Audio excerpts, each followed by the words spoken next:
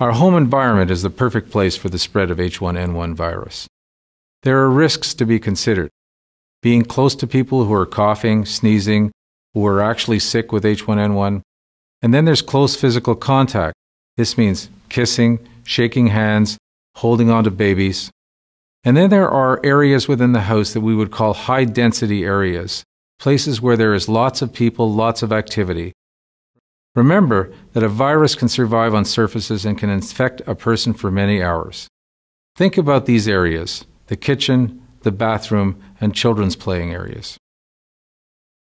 There are a number of things we can do in the home environment to try and prevent transmission to household members. The first thing would be to try and minimize contact with each other when somebody's sick. First thing would be, of course, to isolate people if they are sick, perhaps have them stay in their bedroom a little bit more than usual.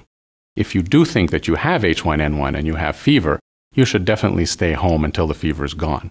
When the fever's been gone for 24 hours after you've stopped taking the ibuprofen or the Tylenol, you can go back out to your regular activities.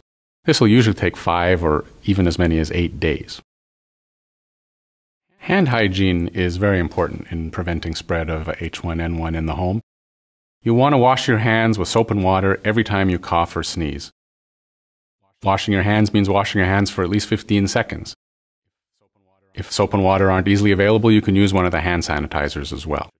You should cover your mouth and nose with tissue when you cough, and if you don't have any available, then as a last resort, you can use the elbow method. Try not to touch your nose or mouth or eyes in general, but especially if your hands have been touching something that might be contaminated, one of the possibly contaminated surfaces or maybe somebody else's hands. It'd be good to have an extra set of towels for somebody who is sick so he doesn't have to use the same ones as everybody else. Also, they shouldn't share cutlery, glasses, that kind of thing, because that could have the kinds of droplets that carry the virus. Patients and caregivers can wear a regular, what we call a surgical mask that's just made out of paper.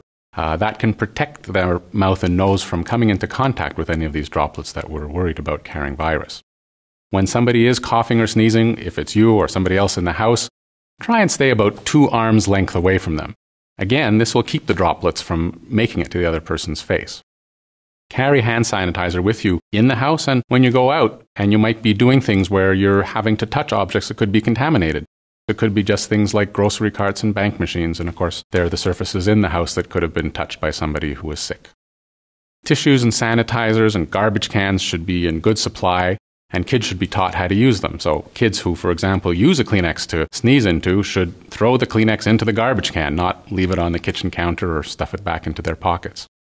It's also a good practice to wipe down surfaces that could have become contaminated. It doesn't really matter much which product you use. The most important thing is the wiping to get rid of the virus. In summary, here are the key points we'd like you to keep in mind with respect to H1N1. 1. Practice good hygiene. This means hand washing and cleaning and wiping high hand traffic surfaces. 2. Maintain 2 arms length distance from people who are coughing and sneezing, or if you believe that they are sick. 3. Seek and follow medical attention. 4. Stay calm. And finally, keep informed by checking back to this website for updates.